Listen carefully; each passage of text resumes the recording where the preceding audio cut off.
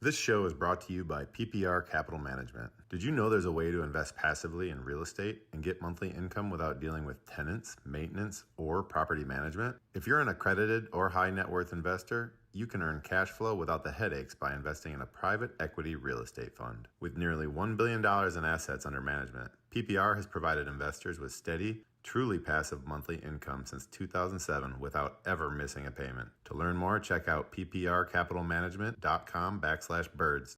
Welcome back. Today is a very special episode. We are in Chester County. The birds got back on track. Today we're at the Whip Tavern in Coatesville, and we have a special guest today, Coach Vermeil. Thank you for coming to the show. My pleasure, buddy. My pleasure. Sit between two offensive linemen, I feel very secure. Very good. Very good. That's the whole idea. You're used to being behind the offensive lineman, right? So today's a special episode, not just because Coach is here, but he's also brought his wines from his winery in Napa, right? Yeah, in Calistoga, actually. Calistoga. The winery is Mending Wall Winery. It's in between Calistoga and St. Helena on the Silverado Trail. We don't own the winery and we don't own the vineyard. All we really own is the brand, branding, the label. I got you. Okay. And how did you get into wine? You're from California originally, right? Yeah, well, I was born and raised in Calistoga a long time ago. And my great-grandfather Vermeil, not my great-grandfather, my grandfather Vermeil made the Vermeil family wines. And my brother and I grew up sort of helping him and being involved with him. And it created my interest. Yeah. And it was always a big deal in a French-Italian family. It was a big deal. Yeah.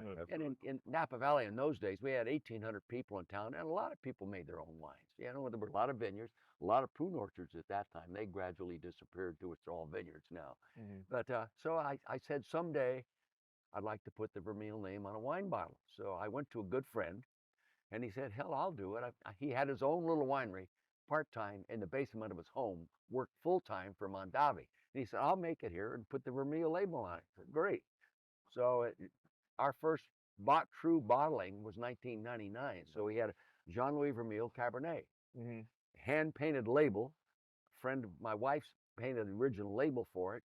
And it happened to be the year we won the Super Bowl. Yeah, that's what I was going to say. The winemaker sold it all right away, and he said, let's keep doing it. Coach of the year, too. Yeah, right? so Yeah, absolutely. we kept doing it, and some friends with real money came in and said, hey, let's turn your hobby and your process into a full-fledged business. So we did. We don't make a lot of wine, but we make good wine. Yeah. We don't make any money.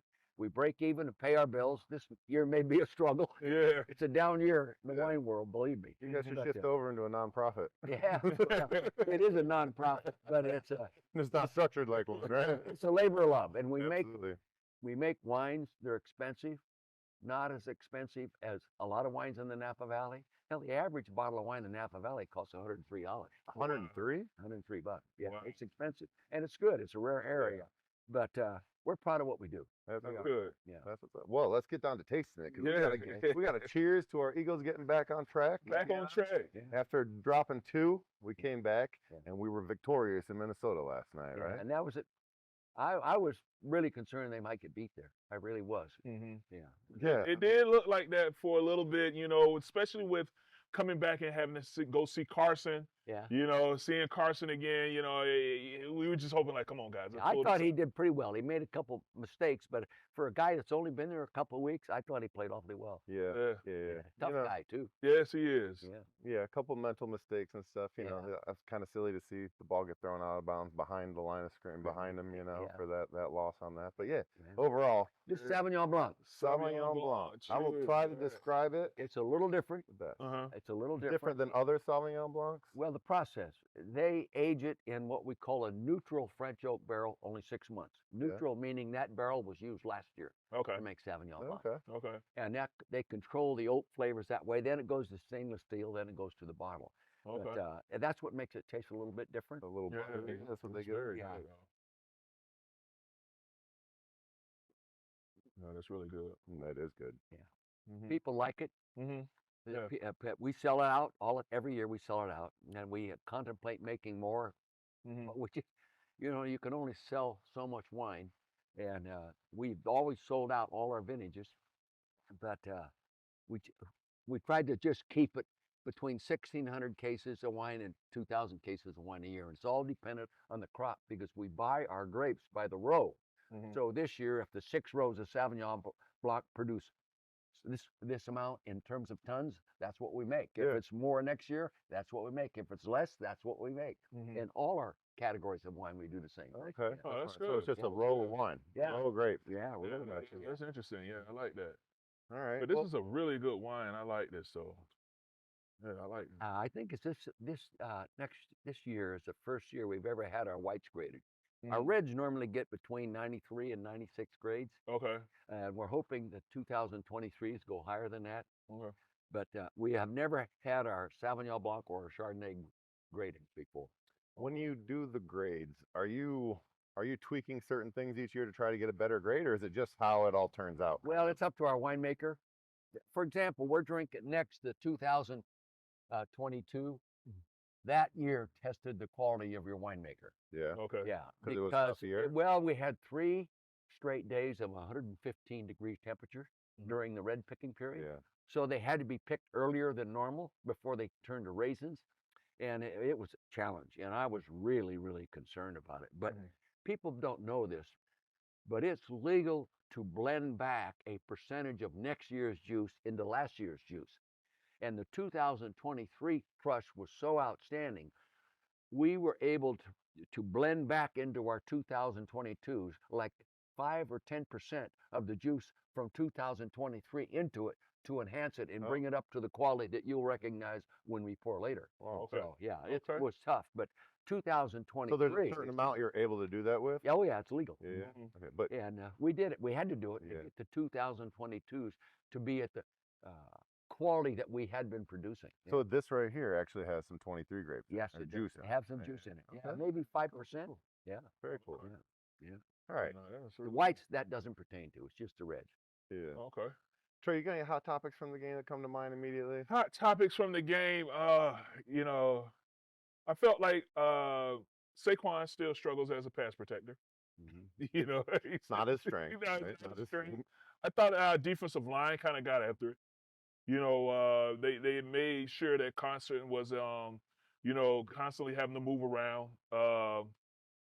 You know, other than that, I thought that, you know, as an offense, it was good to see us get back on track. We're still struggling with running the ball, but I thought that, you know, to see Jalen Hurts go out there and be able to get Slim and AJ back involved in the game, that was just huge. Yeah. Yeah. Yeah, I think probably like one of the hot topics is still like, yeah, we got the win, but we just want to see these guys put together a whole game of offense. Haven't Yeah. done it yet. Haven't done it yet, and I It's feel like- concerning, but that shows you how talented they are, and they can. Jalen, you can't play quarterback any better than he did yesterday. Well, that's what I'm saying. The Yeah, passer just- rating, it's perfect passer amazing. rating. Yeah. Right? Just amazing, and like I've said since I really started studying him, he has no limitation. He can do what you ask him to do. Yeah. Mhm. Especially with our offensive line. Yeah. Normally, their pass protection is excellent, and I think as long as the scheme, the design, and the organization and preparation through training camp and in preparation, he has no limit. Coach, because you come from a different era. So how do you feel like training camp is now? Well, it's safer for the players. Yeah. It's better for the players, no Mhm. question about it. I think they could use more time. Mhm. The coaches could use more time to help develop the fundamentals of offensive line play. Not very good. Yeah. Yeah. In fact, you're the first absolutely 3 or right. 4 games of the season, it's almost embarrassing. Yeah. It really is Mhm. compared to what you guys were, because you know better than I do how long it takes to develop the skills Right. at a high level of intensity to play well on Sunday. And Yeah. you don't get it. You don't Mhm. get those reps. You have to get Because enough the larger quarters. schemes, you do more with the ball, but less with the individual now. Absolutely. Yeah, and I think that the game is still very exciting, if not more exciting. Yeah. But from a fundamental standpoint, it's not as good as it used Yeah, it just seems like they shortened up the preseason. You know, training camps are a little easier now, so you're Lot not, easier. Yeah, you're just not getting that polished product like in the first few weeks that you Right. had been expecting. So Yeah. you know, it takes more time for these guys to get the game reps and the quarters in before they're actually gelling, Right. especially on the line. But Better. It's better for the players' health, though. Overall, there's no question in my mind. It's better. See, I started the league in 1969, guys. So I've seen a lot, and Yeah. I know a lot of old timers, a Yeah. lot of guys that played a long time, and I've given 3 eulogies. Mhm. Okay, for guys that played for me, and 2 of the 3 had some CTE issues. yeah, So it's good. Yeah. It's Yeah. good for football. it's good that for way. football. Yeah, for I the believe I think if they longevity of the added game. 20 more minutes to the practice, allowed the coaches to spend 20 more minutes a day in training camp, and allow a little more padded work during training camp and during the season, we could upgrade the play of the offensive line, which would upgrade the quality of quarterback play. Yeah, Yeah. yeah, absolutely. Yeah. And so explain this to me because I don't really understand it, but why is a perfect quarterback rating 158.6 or something like You know, it's a complicated system, and I used to I used to be able to explain it, but no one's asked me that in a long time. Yeah. I sort of forgot about it. okay. But you know, it's a great indication of how he performed at that time. Yeah.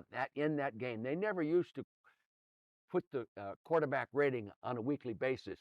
You know, every Yeah, for once in a people while, to see, right? But now it's in the game reports every Monday. Okay. And like I've been around a quarterback a few times that had a perfect rating, but it is really tough to get. As soon as you throw one interception, the rating goes away. Okay. Yeah, the rating really drops. Uh-huh. But watching Jalen, no one throws the ball downfield a long ways more accurately than he does. He's so angry. He drops When it. he's got him open, normally he hits him. Yeah, Yeah. absolutely. And if he's overthrown or something, it's generally because somebody slowed down or, Yeah. you know, They figured they're not coming. yeah, it's not coming to me. Oh, crap. Let me kick Yeah. you. Yeah. Yeah, dude.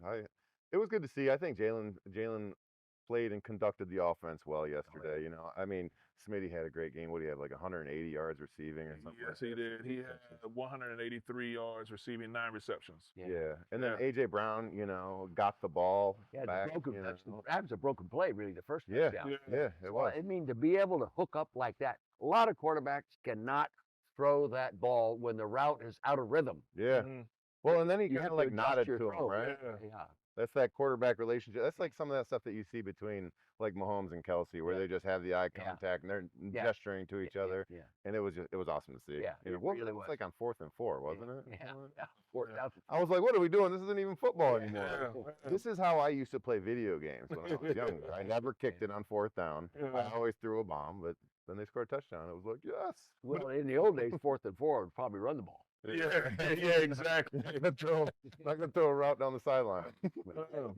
But yeah, I thought that was a really good play, especially because you saw Jalen tell him, "Hey, go downfield," and I got him, and he hooked it up. You know, I thought it was really good. I thought that, you know, when you look at just the offense as a whole, you know, we had Cam go down. You know, Toth had to step in. Yep. You know, he struggled a little bit at center. Well, that's tough. You know, but that's tough. You know, and he's playing, and it shows you just how hard it is when you're coming in there and playing center and having to bounce in there. He didn't fumble any snaps, which was good. Yeah. You saw Carson had to deal with a bad Yeah. snap, but I thought overall, Toth, Well, I think coming in and backing up the center has got to be one of the hardest things to It's do tough. because nobody really wastes a suited up guy on just a backup center. Yeah. So if somebody comes into backup center, it's generally a backup. guard. Yeah. There's a backup guard that also snaps the ball. Yeah. You know what I mean? So like that's a lot of stress. Yeah. And thank God Dickerson was back out there yesterday to help with the calls and, Yeah. and all the recognition and stuff because Mhm. that's a lot to pile on a guard that's Yeah. playing center. You know what I mean? No But I question. think Yeah. with that happening, I think he did a good job. You know? I think so. Well, you know, I think offensive linemen in general have started to gain more credibility for the performance of a team in the last few years. Yeah, in the old days, the credit went to everybody else but the offensive line. Mhm. If the offensive line can't play, you can't win. Yeah. That's all there is to it. Yeah. And Yeah, it's just, absolutely. and the more you watch teams play, for example, our offensive line is not playing quite as well as they have been because of different reasons. But that was a good defensive football team they played It against. was. It was Yes. really. It really It was a very sound defensive football team, Mhm. and you have to give them some credit. Yeah. And our offensive line overall played well, and our coach is a great offensive coach. Yeah. I'd like to see offensive linemen at 3-point stance more. I'm so old-fashioned, you know. Yeah. I get that. But, you know what? As an offensive lineman, I like a 2-point stance. Yeah. Yeah. it makes me feel like an athlete out there. Yeah. Like, Yeah. So I'll tell you what we did. In my years here at the Eagles, we didn't do it at the Rams when we went. We used all three postures. Mhm. Dallas was a team that used to flex the Yeah. offensive Yeah. line, and it used to get us.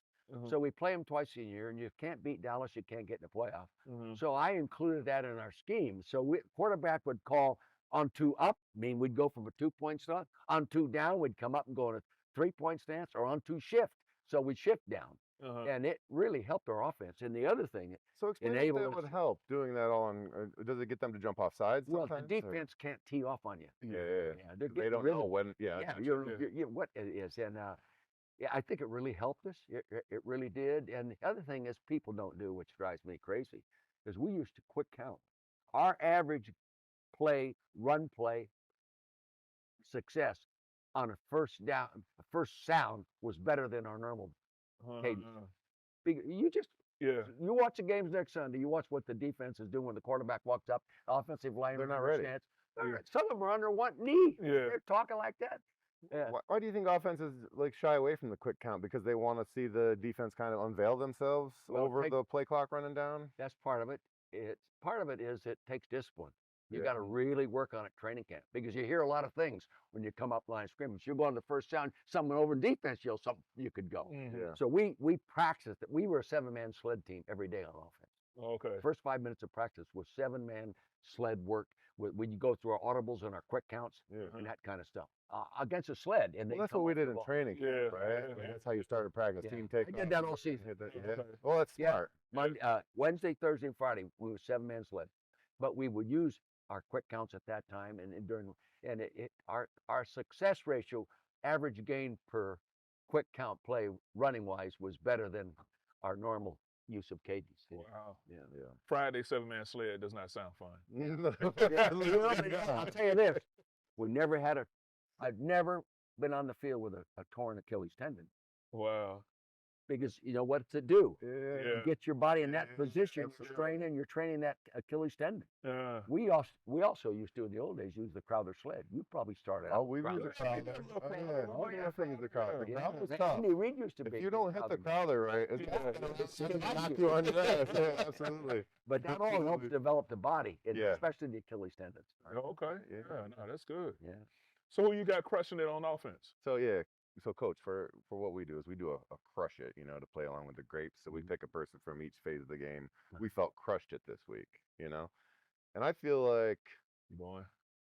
it's easy to say with a perfect passer rating, Oh yeah, absolutely. that for me it was Jalen. He crushed it. He Yeah. managed the game No perfectly. question. Smith.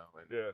And Devontae. You think Devontae crushed it? Oh, to be the splendid splinter that he is, Yes. and to make the catches he makes, he's a tough guy. Yes, He's tough. a tough He's guy. tough. I mean, for his size, Oh. the one that he caught coming across the middle, and it just looked like he got spun around. He Yeah. still held on to the ball. Oh, yeah. I mean, he is a great athlete, Yeah. man. Fine, yeah.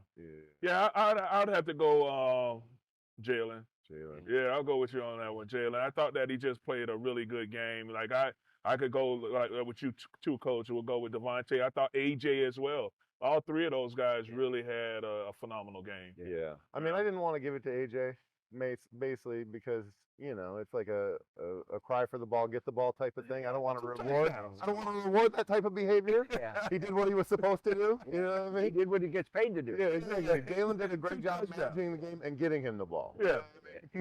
No, that was good though. But I thought that just offensively, I thought that this was good. Yeah. This was good. We still need to figure out this run game. I don't know what it's going to take to get it back on track. I think that defenses are starting to put 5 guys up front. They're trying to make it where the offensive line can't get those combination blocks to get up to the second level or even to get good movement on that. Mhm. So I think that that's one of the things that's throwing off our run game a little bit. And I think that we're starting to run a little too much outside zone because when we stretch it, I feel like we get most of our push when we run inside zone. I think that's a lot more effective for us. Absolutely. Well, the offensive line has no limitation Mm-hmm. other than not using. Yeah. Yeah, really. And the other thing, most offensive play callers give up on the run. Oh, he only made 1 yard. I'm not going to do that again. That's a positive play. But they throw three incomplete passes in the road and keep throwing. You got to be patient with the running game. Yeah. So, Coach, you were an offensive-minded guy, Yeah, right? right. So, obviously, you see the value in but could you ever find yourself in the heat of a game fading away from the run game just because? Oh, I've done it. Yeah. Especially when I've called my own plays. When I came back after being out 14 years, I could not do that. Uh-huh. I couldn't coordinate my own offense, call my own plays, run that. But as a play caller, when I was doing it myself, I definitely, you get away from things, and the game's over, and you say, "Oh my God, what the hell did I do?" Yeah. I had a game card. Okay, and part of the game card was a reminder, Uh-huh. like I'd have 12 points that I would read in between series to keep my mind alert because you can get trapped in the Yeah, intensity you're of caught the up in game. the moment, right? Yeah. Yeah. You got to be careful of that. Yeah. Okay. All right. So You're opening a red blend. See that's a Roman numeral 34 Mhm. for Super Bowl 34. Oh, okay. Only one. Oh, Yeah. You know, the NFL, you can't use anything that says NFL. Yeah. They can use you, but you can't use You them. know. Yeah. Okay. Exactly. But that's a red blend. That's a 47% Cabernet, 37% Cabernet Franc, and the rest is Petit Syrah. Okay. It's a nice blend. It will satisfy more red wine drinkers' palates Mhm. than the normal Cabernet will. See, Okay. it's a little softer. Okay. It's 14.9 in alcohol, though. I'll tell you, it's up there. Yeah. Yeah. Now. And that's I think 198 cases. 198 cases. We have made as many as 300 cases and more. Wow. So the alcohol content is 14.9. Yeah. No, that's Yeah, awesome. it's hard. Every year is a little different. Mhm. Every year is a little different. Because in California, you can't add sugar to the wine to help increase. I don't know if there's a law on that, but I don't know of anybody that does. It's the bricks. Yeah. And the winemaker has the grapes picked when the bricks level or sugar level is at the level that he wants it. Usually they go like 25, 26 points. And then let's pick it. Okay. But Okay. see, this is more difficult because there's 3 different grapes in there. Okay. And each grape is picked at a different time. Oh, okay, okay. So Yeah. it's up to the winemaker.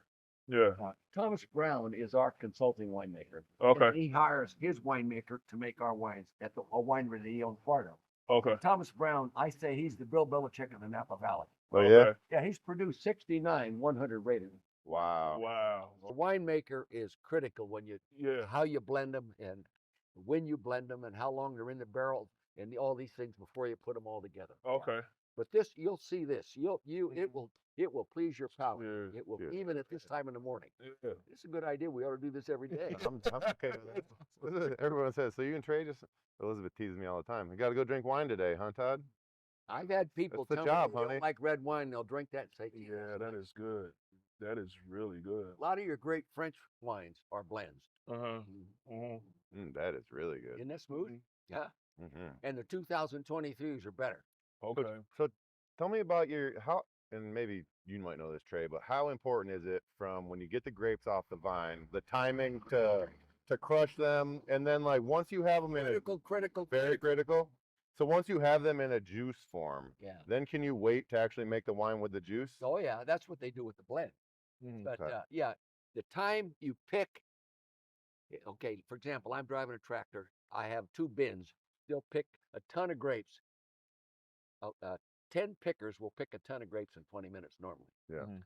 And they go from there to the truck on those bins. They put them up on the Yep. truck. And from the time you pick it to the time it's crushed is critical to make high-end quality wines. Okay. Mhm. I mean, if you can keep it under an hour, you're doing a great Oh job. yeah. Oh, Yeah. yeah. Oh wow. Yeah. And we can't keep it under an hour, but the winery is no more than 15 minutes. Okay. But it depends on how long it takes you to get them on the truck and then the truck to there. And we have pretty good access to keep the quality as close as we can get that the grapes can give you. Yeah. Mhm. That it's critical you do that thing. And the longer they sit before they're crushed, you lose quality. Okay. Yeah. Trey, Yeah. so when you're buying your juice to make your wines, do Uh-huh. they let you know how quickly it was? No, Turn because to I'm just juice. buying juice. You know, like Yeah. I just buy juice right now. Right? You go down to Philadelphia there? No, I go to Pinto's out in Jersey off of Whitehorse. Free shout out. Yeah. Where do they get the juice? They get some from California, and then they get some from Italy. So I have an Okay. Italian Yeah. red that I'm doing right now, Yeah. and then I have some California Chardonnay that I'm doing. Mhm. Yeah, Good yeah, for you. Yeah. yeah. So that's kind of You where get dialed into some of them Vermeil grapes. Yeah. I tell you, I've been Napa to the Valley tasting room grape. in Napa. the Napa Valley grape is very expensive. I bet. Our Cabernet grape costs us about $11,000 a ton. Mm. Cabernet Franc now is about the same price. Really? Yeah, and that's why it's hard to keep the price of that one bottle. That's a $75 bottle of wine at 34. It's hard to keep the price down. Yeah. See, for example, if you spend $10,000 a ton for a grape, that initial thought to price that wine when you sell it in the bottle is $100. That Yeah. ratio. The more you spend for a grape, the higher the automatic price goes. Yeah. For us, not owning anything, it's hard to keep Yeah, the yeah, yeah. prices down. I can Yeah, see that. yeah, I can see It's that. not for everybody. Yeah. It's just not for Because like you go with the market, basically what it costs you to make it, it dictates what you're. only 2% of our population will buy a bottle of wine that costs more than $100. 2%? 2%. So you're appealing to a very select group. Yeah. Now, I've sat next to Jeffrey Lurie, and he's drinking Screaming Eagle, the #1 Yeah. high-end winery in Napa Valley. Yeah. Dave Abreu, a friend of mine, manages that vineyard. Stan Kroenke, who I work for, Yeah. the Rams, okay, he owns that winery. I got a bottle of Screaming Eagle in the wine cellar. Yeah. I just didn't. So I had Lane Johnson. Lane Johnson when he was a rookie took us all out to dinner. Yeah. And I got a bottle to go of Screaming Eagle. So Yeah. I've held on to it forever and just never had an occasion to What drink year it. is it, do you know? Man, it's got to be a. They keep going up in 2000. value. Really? Oh, Like yeah. the older. So My- let me ask you, is that if it was Lane's rookie year, is that bottle bad now? Oh, no, it's better. Oh yeah. Oh, yeah. I Okay. drank it 19, let's see. I drank an Opus 1 3 weeks ago. I found in my cellar by accident. Okay. It was hidden back in an area. It was a 2001. Mm. It was outstanding. Yeah. Yeah. It's 24 years old. Wow. Yeah. That's was yeah. outstanding. That's awesome. That's Yeah. a good If it's made right and stored properly, Mm-hmm. you can drink them. on its side, right? Yeah. You need to store it on its side. Yeah. 57, 58 degrees. Yeah. Yeah. Yeah. Oh, that's Okay. That makes me excited. good. Maybe it will be good when Lane retires. That's my plan. What time is it? 11 o'clock in the morning. Mm-hmm. It's hard to enjoy drinking red wine at 11 o'clock in the morning, but you This can is enjoy drinking enjoyable. it. Yeah, absolutely. It's Absolutely good. enjoyable. Yeah. Mm-hmm. It's a nice blend too. Yeah. Yeah, I like that. Yeah, it's really good. If we only made one wine in our business, I would say we make the blend. The blend. Okay. Yeah. If that's all we did. Uh-huh. And eventually we're not going to be in business. Okay. I'm 89 years old. Uh-huh. Anyway, but if they said to me, my partners with the money in it, Yeah. they had a lot of money and decided they'd like to lose some. Mm-hmm. So they go into wine business. Mm-hmm. And I would say, let's just make the blend. Uh-huh. Is that Keep it under $100 a bottle and make 700 cases of it. what's your best seller? You know, The red blend? the blend Okay. is absolutely. Yeah, and the Sauvignon Blanc. Yeah. Sauvignon. Okay. Our Chardonnay grape does not come from the Napa Valley. It comes Okay. from Dutton Ranch in Sonoma County, which is a high, primo vineyard Uh-huh. in Sonoma County. Okay. Multiple vineyards Yeah. over there. Yeah. Is that like the Dutton Ranch from Yellowstone? No, No. you know, people have asked me. That. I'm sure. Yeah, that's TV taking over my brain. Yeah.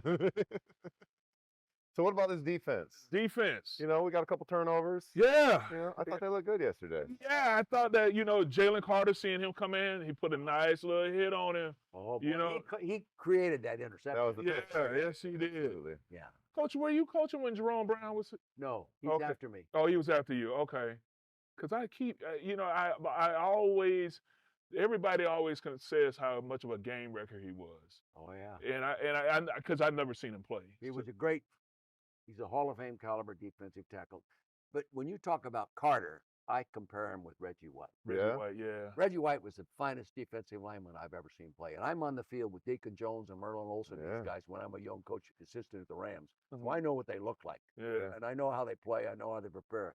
Carter, when his mind is right, he's as good as the best ever. Mm-hmm. And I don't What a know if he has the self-discipline structure to become what he has the really ability to become. Okay. Yeah, but huge man, explosive. Mm-hmm. They don't make many of them. Yeah, no. Yeah. Coach, how important is that, and how many times have you seen it over your years where you see somebody with the tools to just be an all-timer, but they never get it lined up Well, they upstairs? come around. It happens, come right? around.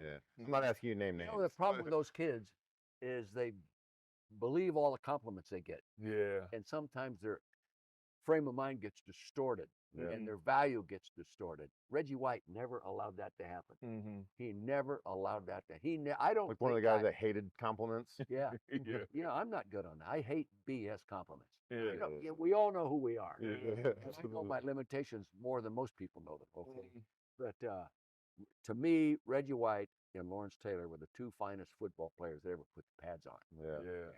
Yeah. That's so funny as an offensive guy that you pick two defensive guys. Oh, to yeah, be fine. I get Lawrence Taylor. I had a coach against it. Yeah. Yeah. Yeah. I hear Lawrence Taylor was an animal out there. Oh, no, hey, unbelievable. Yeah. I see him at the Hall of Fame. you He's a really good guy. do you He think always if- says to me, I tried to keep you out of the hall. Do you think a standout defensive player can affect a game easier than a standout offensive player? Yeah, I do. You think so? Oh, Because he prevents everything what that quarterback does with the ball in his hand. he can't develop. More so defensive lineman. Yeah. Or a pass rushing combination linebacker like Lawrence Taylor. Yeah. Absolutely. Yeah. And Lawrence Taylor also had unbelievable instinct. I know Bill Parcells. He's a good friend, okay? And Parcells, I mean, Lawrence Taylor would every once in a while do things opposite the call and make a huge play. And you couldn't say nothing That's about cool. it, right? That's cool. But sometimes those guys just have a feel. Yeah. Mhm. A knack. Gotta let them play. Because that's how say I was too, you know, being out there in San Diego, somebody that just would blitz whenever, Yeah. you know. But Wait, yeah, so Junior Seau was known for just blitzing Yeah, even when he just wasn't go. supposed to? yeah, Oh, they'd see something. They Yeah. know something. yeah, he goes. You Yeah. know, I think that I one. don't have time to communicate this to everybody out here. I'm going to handle Yeah, it. I'm going. Yeah, I see it and I'm going. And I think that one of the things that you saw yesterday is that the defensive line noticed something in the cadence or something, because you saw them jetting upfield. You saw them get off the ball before the offensive lineman even had a chance. So I think that you started seeing a little bit of that yesterday, which was kind of effective. Yeah. You know? I do think our run defense was, I think that Inside, especially. inside was a little tough. They buried the offensive guards. Those Yeah. guys inside there. Yeah. Those two guys are really humming. Yeah. Stay away from there. Yeah. In fact, it's when tough I to was keep- a play caller, I would watch, because they don't play every snap. They play fewer snaps today than they used to, but I would watch when they take the great guy out, then I'd run it where he was. Yeah, okay. Yeah. And I'm Okay. sure people do that today. You don't Yeah. have to be a genius to Yeah, figure that yeah, out. yeah. But those guys, when they want to go, and the other kid's starting to mature. Yeah. Mhm. You know, he Yeah, showed yeah, some absolutely. discipline, losing the weight, getting ready to go. Yeah. There's Yeah. no correlation between age and maturity. You've seen that. How many Yeah. years you guys got combined in the NFL? Yeah. I'm still immature sometimes. Yeah. As a player, you watched it. Yeah. You've seen it happen. You've Yep. watched kids grow up. Yeah. Mhm. But there's no finer defensive coach in the league than Vic Fangio. Yeah. I am Yeah, convinced. Mhm. And he's playing shorthand a little bit right now. Well, And you're when the absolutely offense right. doesn't convert third downs, you're putting all kinds of Mhm. pressure on your defense. Okay. And and you can only disguise certain weaknesses for so many snaps. Yeah. Well, that brings me to something. They are lacking a little something right now, and there's rumors swirling about BG coming back. No. and Let me coming tell you back this: to play. if he wanted to, he could do it. What do you think? You think that would? What do you think? Like an I'd recruit all-time him. veteran player like I that would coming recruit back? him. Yeah. I They bring did him that back in once. here. Yeah. In 1979. Who was the guy you went after? He retired. Yeah, Claude Humphrey had Okay. quit playing at Atlanta Falcons because he was tired of losing. Okay. We recruited him, I gave up 2 fourth-round picks back to back to get him to come and play. Oh wow. He came in, I think the first year he got 14 sacks, not playing 100, just rotating through, Mhm. and 15 sacks the next year at 34 and 35 years old. But Claude Humphrey could outwork anybody on the defensive scheme, including Carl Harrison. He's a hard worker. Yeah.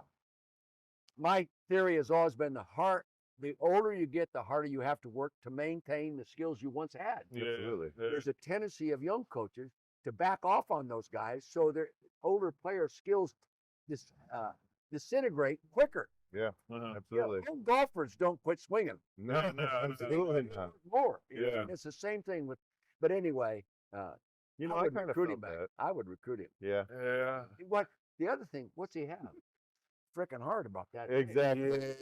I mean, even if you don't get a lot of production out of him on the field, I think what he brings into the locker room and for that young D line, I think like right now, Great example. what are you asking to be the leader out there right now? Jordan Davis? Yeah. He's like the vet. Yeah. Him and Nolan. Yeah, well, you got the ball ego out there. He's been there for a while. Bond. Trey doesn't want it. No, for me, I don't think BG should come back. You know what I'm saying? Just because he left with an injury, blown tricep or whatever that he messed up. And once you get in retirement, he's been out for about a couple months now. So your body feels good. You feeling like, oh yeah, this is awesome. Yeah, I I can feel do that. good. Yeah, I can I get can back get out there. there. Well, No. you're more right than I am because I never played it down in the See, NHL. all right. I think a lot of it depends on if he was done or if he wanted to keep playing, but it just wasn't in the cards and they came to an agreement or whatever, Yeah. or if like he still wanted to go, but the money wasn't just Yeah, there. I don't know. I think that because the game he plays, he's a bull rusher. Yeah. So I don't know. You know, for me, I feel like, man, you've retired. You've already go ahead. You left out with a ring. Yeah. You know, you're good. Enjoy your family. And for me, he's living the dream. He's getting back out there, and he's like, you know, a lot of time when guys retire, they're like, man, could I get back out there? And he People already always like, missed hey, you training gotta, camp. yeah, exactly. You got a couple more missed snaps. training camp.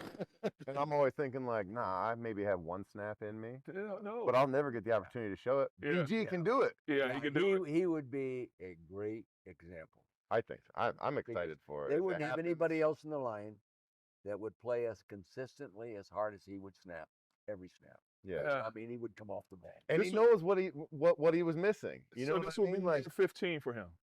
15 or 16, something like that. Something like that. Yeah. You know. That's up To there. me, he's my Carl Harrison. Okay. Played 16 years in the league and played for him. He was a 10th round pick, but he played. A 10th round pick paying 16 years.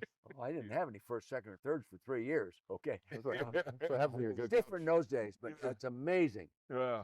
how every and those days it was headbutt. Yeah, Boom, like yeah. that. Yeah. It's amazing. And then of course I brought it with me when I went back into coaching. I brought him with me to both places. Oh yeah. I wanted his ass next to me. Yeah, absolutely. Yeah, Absolutely. yeah, no, that's good. Yeah, I mean, Trey, who do you think crushed it on D?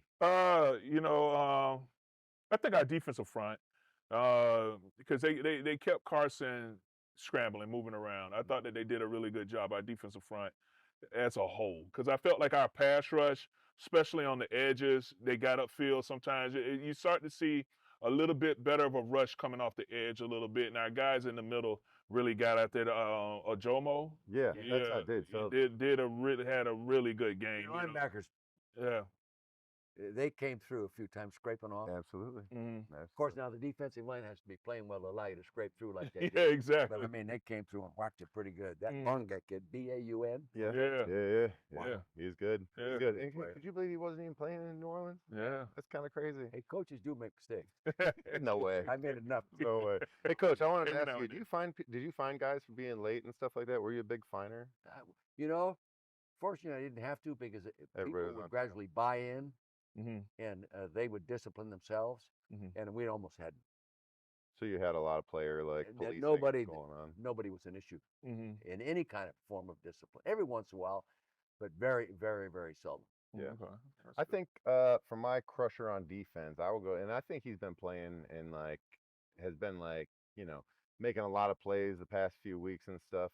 More Ojamo, dude. I think Yeah. this week there's been enough stuff stacking up over the past few weeks that I think he's been a solid player out there. You need Yeah. those guys. Yeah, absolutely, You need those absolutely. guys. I think he had a great game yesterday. Yeah, I think he did. You know, I think he had a sack and then a tackle for loss. You know, but even on that tackle for loss, man, he jetted up the field. It's like they're starting. You can see that they're starting to pick up stuff on the offensive line or starting to see different things in the cadence Yeah. that they're jetting off the field. Yeah. And I thought that was really good. Yeah. Big thing for defensive linemen, which a lot of them don't do, is finish.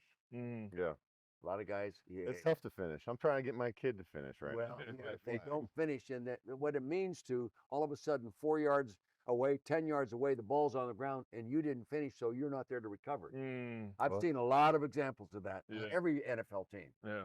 And I had Marion Campbell's the defensive coordinator here. You know, we gave up 14.9 points a game in 1980. Mm. 48 points in the fourth quarter. Yeah, It was a hell of a defensive football team. Mhm. And when you win, your defense never gets enough credit.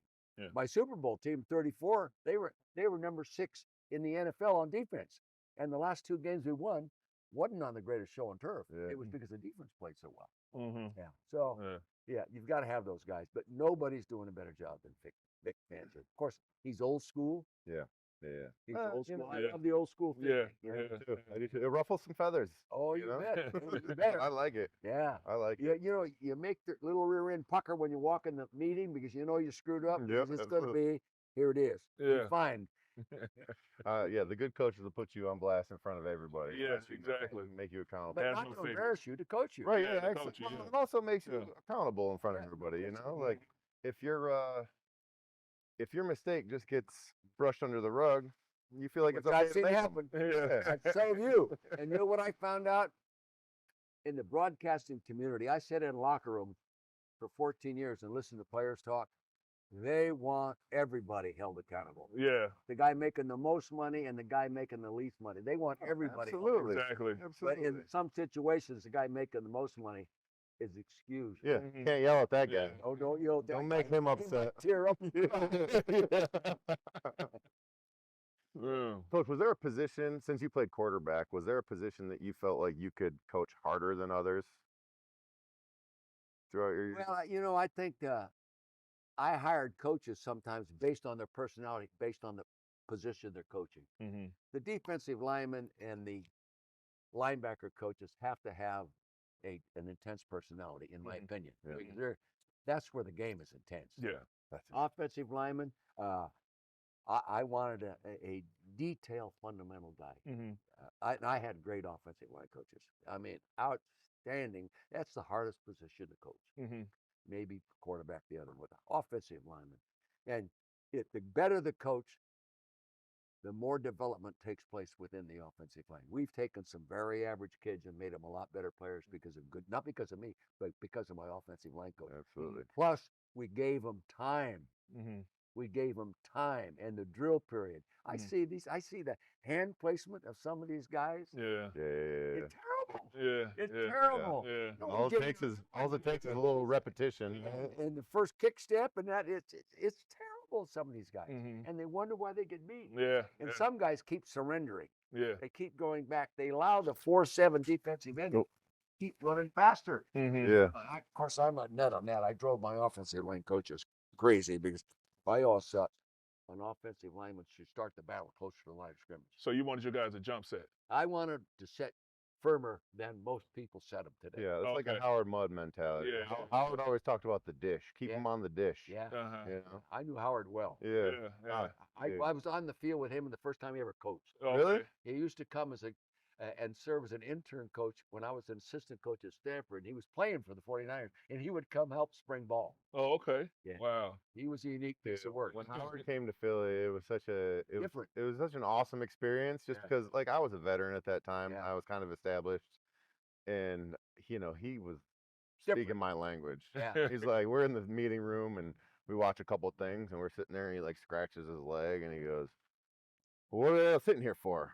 You guys want to meet just to meet?" Yeah. And I'm like, "No." He's like, "All right, get out of here then." And I'm like, "Is this a test?" Yeah, You know? he and his motorcycle. He Yeah. was a guy. Or he'd do a rep of something and it would look good. And he'd be like, "How'd that feel?" He'd be like, "Felt good." He'd go, "Okay, remember that," and then walk away. Yeah. This is where Juan Castillo would be like, "How'd that feel?" I'd be like, "Good." He'd be like, "Okay, do it 1,000 more times." Yeah. Yeah, so- yeah. I loved having Howard at that point in my career because I Yeah. just felt like, Yeah, and the plus he's a and he's a funny guy too. Yeah. Very funny. very bright guy too. Yeah, I enjoyed him. I knew Yeah. him pretty well. Hey, Coach, what do you think about watching this whole? Since we can move on to special teams here, Mhm. and this is your favorite, right? Well, the it's Sav- because my great grandfather's name is on there and my dad's name on it. Jean-Louis Vermeil. Yeah, Vermeil. Vermeil, really. Vermeil. Okay. That's awesome.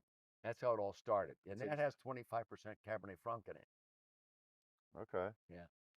So The other two cabs we have are 100% Cabernet. Okay. And they're so more in order to expensive. list it as a Cabernet, it has to be 75%. 75. Okay. That great, yeah. Okay. Yeah. That's what's up. So, what do you think about the new kickoff rules? I don't like them. You know, Yeah. it seems silly. You know, you watch right? college. I watched college on Saturday. Yeah. You know how many hundreds of college games are played, Mm-hmm. and no one's too concerned about how many guys get hurt covering kickoffs in college. And the NFL, I think we get over concerned, Yeah. and I don't know if we cut down on any injuries. Yeah, I mean, what's the thought behind it? Is you're basically taking away the collisions and making it like another offensive play, kind of? Really? Yeah. It's Yeah, like, what you're making is it a holding penalty. That's what you're making. absolutely. You're putting them closer to each other for longer, like a right? hole. Yeah. You know, Which creates a lot of injuries. their reasoning is sound. I don't think they're getting out of it. I don't have all the numbers, and they don't release the numbers to tell you. But you know, I was the very first special teams coach ever hired in the NFL, 1969. Mhm. And Wait, that the NFL ever hired? yeah, first one ever hired. So 1969. you created the position. Yeah, George Allen created it, Okay, hired me to yeah. do it. And then Marv Levy took my job when I left to be the offensive coordinator at UCLA. So Okay. you're two old timers. He's 101 years old. Marv is. I Wow. hope I make it. Yeah, But that's what anyway. I'm talking about. Yeah, I just think you sometimes you get people in the New York buildings and in committees and all that kind of stuff, and they start blaming areas of the game for injuries. Mm-hmm. Yeah, I just the kickoff coverage team and the return team. I don't know. I have never seen the numbers that tell me we should change how we cover kickoff. If that were really true, why don't they do it in college? Right. A lot of stuff comes In from high school, where they're really concerned about Oh, yeah. safety. You know what I mean? Yeah. But I don't know. yeah, I don't know. Yeah. The kicking game has never been something that was too much of my concern because I Right. wasn't involved in it. Yeah. But it does seem like it kind of taking. It seems like it kind of takes the onside kick completely out of the game. Oh no, right? no, Oh, yeah, because you have to There's announce no it. surprise. Yeah. Yeah. I mean, For you to do an onside kick, you have to let the people know. can hey, you do we're an going to do Can you say, hey, we're going to kick an onside kick, but then kick it deep? Can you do that now? No, I Because- don't think so. Yeah. If you kick onside, you have Yeah. to do an onside kick. You have to be announced. Cheers. Everybody Yeah, has cheers, to. coach. It's the Red Cheers. Blend. John Louis Vermeil. Yeah. I visited last fall, That a year smells ago good. fall, end of September, into October. I spent 3 days with the Vermeil family in France. Oh, really? Okay. So, like where your the name distant came from. relatives? Yeah, Yeah. descendants of the. Oh, that's Vermeil. awesome. Yeah, that's awesome. Yeah, this is good. So too, it man. always means more to me. Yeah, absolutely. So, what part of France is that? 18 miles above Nice, Okay. Gautier. It's called Gautier. Are they growing wine there too? No, they're No? farm. The original family is farmer. They still farm the same 7 acres on the Var River that for centuries. Mm. But the extent of one of their descendants was President of Provence Bank. So Okay. they've gone Yeah, beyond yeah, that. Yeah. Oh, okay. Yeah. All right. Coach, this is delicious. Yeah, this is really It's good. a nice one. Yeah. We've gotten 93 and 94 grades on this. Mhm. Our Rosedale cab, we've gotten 96 grades on it. Wow. Oh, that's It's good. 100 now. It's $125, $135 bottle of wine. Yeah. Wow. But we made I think 98 cases. Oh, okay. Yep. No, that's good. That's really good. It's our most expensive episode. Yeah, Love it. absolutely. Well, our other two cabs are 165, and I think that my business, I stay 100% out of the business side of it. I'm not a businessman. Yeah. And I give away more wine than I drink. Yeah. And That would be my downfall. Yeah. no, really. Yeah. Can you imagine giving a gift to somebody that they can take it and it goes through their whole system? Yeah. You put a shirt on, you only wear it once in a while. Yeah. That's a wine. Absolutely. It goes through the whole Absolutely. system. This will affect you for Yeah. the rest of your life. Yeah. Yeah. Well, anyway, we had 133 wine club members in Philadelphia. Now I think we're down to about 103. Okay. People are not drop out of the club. Mhm. All of a sudden, economically, it doesn't make sense. But we have a 3-bottle club, a 6-bottle club, a 12-bottle club, and then the signature series, who is what's off. You get 1 case a year of the 4 of each of the 3 different cabs. You can get more if you want to, Yeah. but How much of your business is the wine club? it's really That's really most it, of huh? The tasting room, we lose money on it every year Yeah. Okay. because you don't own the tasting room, so you got to pay rent. Yeah. It takes almost three full-time employees to run. Uh, Yeah.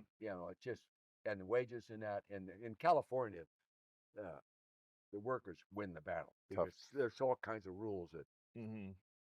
And, it's hard to hire somebody that cares as much about your business as you do. Exactly. Yeah. Yeah. Very tough. Yeah. You're Yeah. absolutely Yeah. right. We have never made a profit. No one in our business. There's 4 of us that really own it. I own 15%. Mhm. There's 4 of us in it. Really, no one's ever gotten a dollar out of it. Mhm. We've all put money into it. Kurt Warner, no, Trenton Green is a 1% owner, and Todd Collins, Okay. 1%. My best customer is Morton Anderson. Oh yeah. Oh yeah, he Mort? has a sophisticated palate. Does he? Oh, he's a good one. Is he a sob? Yeah. Oh yeah. Oh, Oh, he has a great palate. really? Yeah. He knows what is good, and he can define it for you. Yeah. I can't do that. I know it tastes good, Yeah. but I can't break down this and say, well, geez, this and this and there's. Oh, I can taste the blackberry or the leather overtone and all, Yeah. or the smoke and all. I can bullshit it. Yeah. I mean, everybody does a little bit of Morton bullshit. was good at it. Really? Yeah. You link up with Bledsoe has a winery, doesn't he? Mhm. Yeah. Does in he do good Washington. wine too? Yeah. Yeah. Washington's a good wine area as well, right? Yes, it's good wine. Mhm. The wines that I like by a former player is a Dan Marino and his partner was my third quarterback, the Chiefs. Oh, excuse me, his name now. Bledsoe. No, excuse me. When you get 89, guys, you forget a lot of things. But So, I just hope I get to bought that something. It's point. called Passing Time. okay. Yeah. It's my favorite Chardonnay. Really? Yeah. Oh, yeah. Passing time? Yeah, Passing Time out of Washington. Oh, Is it oaked or naked? it's oaked, Yeah. but not over oaked. Okay. Uh-huh. Oh, Dan Marino was a partner in it with his brother is a broadcaster now. They played at University of Dilfer? Washington. He played at Oh, New Hasselbeck? England. Is it Hasselbeck? Hasselbeck? No, No. he played at New England. Then from New England, he came to us for my last year there as our third quarterback. Good guy, Yeah. and they make good passing time. It's Yeah. good wine. Why do you think that athletes are kind of drawn to the wine landscape? You know, because it seems like there's quite a few, like, you know, I see NBA players. NBA players are really big into was wine. out of wine. Yeah, I've been around Woodson's wine. He was in Calistoga. He left. He couldn't make any money. He left. Yeah. He's down in Midwest where the grapes are a lot cheaper. Uh-huh. I talked to my oldest living friend's 95 years old. He's still farming. Calistoga kid, older than me, but he went on to school, got all his degrees, and farmed in Fresno. $250 a ton of grapes. He loses money picking them. Oh, wow. See, That's tough pill to swallow. Area, and they're not the quality they are in the Napa Valley. Only 2% of the Earth's surface in the world is what they have in the Napa Valley. Oh, really? So that's why everything is more expensive. Okay. Gotcha. And that's why the great wines of California, or of the United States, 90% of the wine produced, 89% of the wine produced in the United States is produced in California, Yeah. but only 4% of it is produced in the Napa Valley. Oh, really? It's Wow. just everything is so expensive. But Yeah. what's happened, because I've seen it happen, there was a day the guys with thousands of dollars would come in and buy vineyards, get going. Yeah. Then there's the guys that came in with years later millions of dollars. They get started. Now the billionaires come in here. I'm serious. Yeah. That's. And they buy up 1,000 acres of winery, and they buy the lifestyle. Mm-hmm. Yeah, but anyway, us piss hands, we're making 1,800 cases, and Hey. but enjoy it. And we're sitting here drinking it, thinking, man, I wish I was. I'll tell you this. You know, there's levels of this. I have no ego issues. Yeah. I have poured. I won't give you the name. I poured our top Cabernet against, I could think of in the last 2 years, 3 of the best wines in the Napa Valley in blind tasting, and won. Wow. And in one of the blind tasting, I was the only guy that didn't vote at one. I voted at second. I love it. You hear the competitiveness here? That's a Hall of Fame coach. But you put him in a plastic and a paper bag, and honest. I mean, I have the names of the wineries in my mind, and pour the glass, and 8 people. Yeah. Ex-president Johnson & Johnson, Yeah. top executive at Nike, all these people drink, and they have these Mort 4 or 5 Anderson. and they're disappointed that they didn't win. Really? Everybody's And you crushed it. Yeah. That's awesome. Yeah. That's awesome. We won't. You can tell us the names off No, camera. Off camera. Yeah. But So, Coach, we got the Giants coming up, yeah. right? And that was our last loss, right? They got a lot of energy going on up there with this Jackson scoring Dart and Scattaboo and stuff like Scattaboo. that. Scored points. Yeah. Scattaboo I was going to ask you. is What you a think about contributor when he's not even playing. it? Mm-hmm. His overall profile. The important thing as a coach to do is recognize who those guys are, and then make sure they make the roster because they infect everybody. Energy, right? Yeah. The same thing. I think Andy Reid has the one running back that does that to me. Yeah. The kid from Vineland, New Yeah. Jersey. Yeah. From Vineland. Yeah.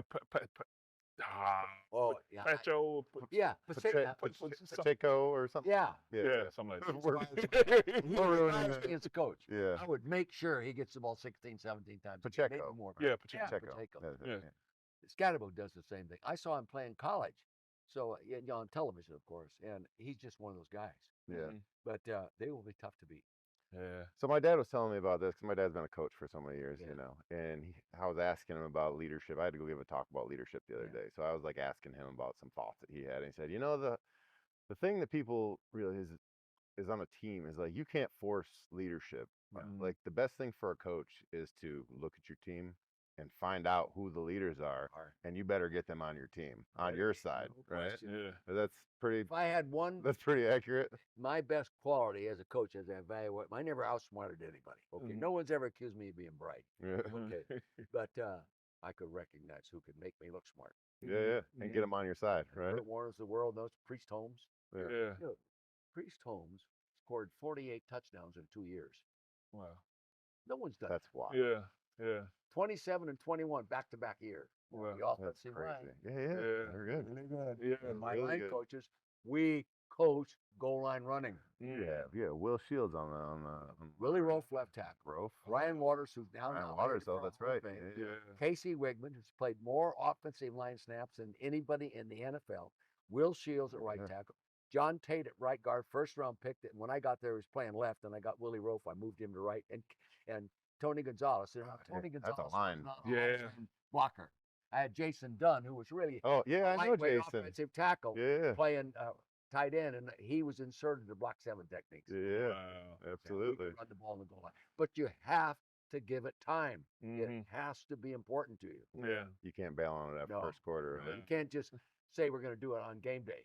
No, you got to work on it. I Yeah. always felt like when we had B West running and he would get his 100-yard games, I always felt like there was a number of carries that we had to get for him to hit that. You know what I mean? And it was usually somewhere between 15 to 20. Mhm. If we were short of that, he's probably gonna be short of 100. But like you have to ride with your running back and give them the opportunities to break one. Well, You know? we baby running back today. Yeah. We really do. Well, do you think that's for a safety? Well, thing? yeah, that's a safety thing. But to me, I always felt running backs would get lathered up. Mhm. When Yeah. I'm on the sideline, I saw it happen. Wilbert Montgomery, the more you gave him the ball, the better it got. Yeah. Mhm. He'd run better in the fourth quarter. He ran the second quarter. You Okay. just get into it. Uh-huh. The rhythm and the intensity with which you run, and everything is magnified as you get more deeply emotionally involved in the game. Mhm. Priest Holmes, and I had Marshall Falk too. He wasn't Yeah. too bad. Yeah. Marshall Falk might be the most Greatest show on turf, you coach. gifted. Yeah. The My maestro. Kansas City Chief offense in 2003 and 2004 scored more touchdowns than that, but we didn't win the Super Bowl. Right. So they don't get the So they don't get the names, right? Our offense was sitting on the bench in 1990 when we won the Super Bowl when 11 touchdowns were scored. They were sitting on the bench, but the offense gets the credit for it. Yeah, right. I got you. But I always felt running backs got better as they got Mhm. going in the ball game. Yeah. Now people keep, Well, they're running back by committee and stuff now. It Right? is I don't say they're wrong, Yeah. but Well, it's also the way the game changes. yeah. Oh, that's another question I want to ask. You coached for such a long time, right? And they talk about how football's a cyclical game, Mhm. right? Like old techniques and old strategies eventually will come back around and be the new. They'll try to reuse it and stuff. Well, if you watch Detroit, Yeah. that could be a 1982 offense. Right. Yeah. It Yeah. could be. The offensive linemen have weight on their lead hand. Yep. Yeah. They They come smash off the mouth, ball. right? Now people don't block with the shoulder pads. Mhm. You could put brassieres on them. You know, they don't block, they push. Isn't that right? Right. Yeah. Right here. Where were you? You were here. Yeah. Now they're here. Yeah. Nothing wrong with it. But That's the keeps the head- Crowder sled. You're keeps the gonna head the out of the Crowder way. sled. Yeah. Keeps the head out of the- and notice the shoulder pads have changed. Mhm. Remember? Yeah. We couldn't get pads with better cantilevers on them. Right. Yeah. We wanted them broad. Yeah. But it's changed. It's better for the health of the player. Yeah. And the game is actually more exciting Mhm. because the game is more wide open. Mhm. There's more points scored. So right now, sometimes people are saying the scoring is down and that stuff. But Do you think we'll ever see like a full T, wing T style offense? in the every once in a while, you NFL? see flashes of it. Hey, Yeah. 49ers in Detroit and some of the Rams, because that's all the same package, really. Yeah. You see a lot of yesterday's football. Hey, Mm. I saw it yesterday. He started running the I toss. Yeah. And I saw the I toss with, believe it or not, O.J. Simpson running from USC. Yeah. I was coaching in Stanford at the time. Uh-huh. These kind of things that would keep the defense stretched, Mhm. defending the Yeah. run from sideline to sideline. Mhm. Yeah, because you go up inside and it gets like I think they averaged minus yardage per carry running inside yesterday. Yeah. Minnesota did. Yeah. They thought they could run inside. When those Not guys with those decide big you boys, aren't going dude. to, you aren't Not going with to. the big boys. Yeah. Especially with offensive linemen coming off. You go to training camps and watch them practice. They come off they're pushing with their hands and they're up like this, coming off on combo blocks. Yeah. You can't set an edge. You can't set an edge like that. You're literally like you're stretching You the guys edge. would remember this. My thinking was always with my offensive line coaches, one great block, combo block, one great block is worth 3 average blocks. Yeah, absolutely. Yeah. Just stay together longer Mm-hmm. and get him off the ball. Yeah. The running back, a great running back will find that. Yeah. Yeah. But Well- now they get off it too. It happened yesterday Yeah. one time when our left tackle, left guard, they did a terrible job comboing off. Mhm. Shit, guy comes in, makes a play. Well, sometimes you can stay on that double team long enough, Forever. and Yeah. then, like you don't even have to block the linebacker. You just take care of getting him out of the way or having to avoid Prince it. Holmes was the best I've ever been around at recognizing that. And he would just kind of ride behind the double He would team. set it up. Yeah. He would watch it and watch that, and then he'd go. Yeah. Yeah. That's why he scored 21 and 27, 48 touchdowns 2 seasons. That's wild. That's wild. Yeah. Yeah. Cool, man. Yeah, well, Coach, cool, man. Coach. This was awesome, man. Thank you for coming and hanging out Hey, with us. I don't Sharing your have an wines. excuse to drink wine at home in the morning, but I'm enjoying it. Absolutely. I'm glad you enjoyed Anytime hanging you out want to with come us. drink wine with us, Coach, Yeah. you're more than welcome. Well, yeah, thank you guys. Well, anyway, we have a wine club. Join it. Yeah. Okay, cool. Hey, let me Yeah. get in on Just that. Google Vermeil Wines. Absolutely. That's it. We don't have a bottle of wine. We originally had some wine in the state here, and I traveled. Houston was my best wine city. Okay. Houston has more high-end country clubs than most states in that Really? area or Yeah. cities. Amazing. Really? George Bush's country club. I'm pouring wine and all of that. I'm selling wine. Mhm. But the trouble is, the country club buys 3 cases. When they're out, they want you to send them 3 more. And it rather than on a constant automatic return. And I had to be there. And it wore me out. Yeah. I just couldn't do it. So we quit all retail sales. Oh, it's Okay. direct to the customer or in the wine club. Okay. Yeah, I we like don't that. have any. It used to be dealing in the state of Pennsylvania was absolute. California, you go to gas station, buy a bottle of Cabernet, fill up with gas, Yeah. fill me up. Yeah. Yeah. And this state, it's better now. Mhm. They just made selling wine direct in Delaware legal starting next August. Okay. In Delaware. Okay. All right. Huh. Jersey, we probably have 35 club members in New Jersey. Okay. All right. But anyway, Yeah. All right. Hey, we didn't pick a crush it special teams guy. I mean, there wasn't a lot of special teams I action. mean, how about missing that field goal? yeah, Jake. Mighty leg. Come on, He's man. not gonna get the I bottle used to this tell week. my offensive and defensive coordinators, especially when I wasn't calling plays anymore, and that just being the head coach. Let's never put the game in the hands of a kicker. Yeah. I feel you with that. I had more bad experiences with frickin' kickers. God love them, and we need them. Yeah, you need to. Absolutely. You I need ended them. up with some good ones, but geez, That's why we went forward on 4th and 4 yesterday. I was just like, why don't we get the points and just yeah. start this game off right? But then we scored 7, and I was like, hey, Yeah. what are you gonna do? Yeah, it worked. But Yeah. man, yeah, Jake missed one. But it's all right, Mighty Leg. You'll be all Yeah, right. yeah, he's fine. Yeah, He- he'll be back. Well, you guys, you work so hard, Mm-hmm. and then you watch teams that played 60 minutes of button heads. It just happened last week. I can't think of the game it was. And then you put it in the hands of this guy that's been Yeah. standing on the Oh, how sidelines. about, how about the Ram game? Mhm. The Rams outplay us completely. Yeah. And because of an offensive guard, instead of step inside and rise, he steps inside and goes down right over the top and Yep. blocked the Yeah. field The goal. block, right? Yeah, How absolutely. simple is that fundamental? Well, listen. Huh? That's been there. Yeah. I absolutely hate it though. I absolutely hate it though. But you do your job. No, it's not difficult. It's not difficult. And they block. Die a slow death. That's Yeah. the only thing you gotta do. Yeah, just sit there and take the hits. Set step to the inside and rise. Yeah, Okay. yeah. Died a slow death, but yeah, Yeah, it man. happens. Yeah. Well, Coach, thanks for coming on. I Yeah, appreciate thank you. it. Man. This was Yeah, awesome. This thank is you. a treat. My This motor is a gets real running treat. so fast when I'm between football. I appreciate that. Thank you. We're true players. Thank you, True sir. player. Well, I Thank you. appreciate that, Thank you. Coach. We'll have to have you on again. This was awesome. Do it. Call me up This was awesome. tomorrow. I'll be here. All right, let's do it. Let's do it. Cool. We'll wrap that up. Catch us next week. Thank you to the Whip Tavern. Awesome out Good here. place. Yeah. If Yeah. you know, you know. If you don't know, you should get out here and check it out. Great food, great drinks.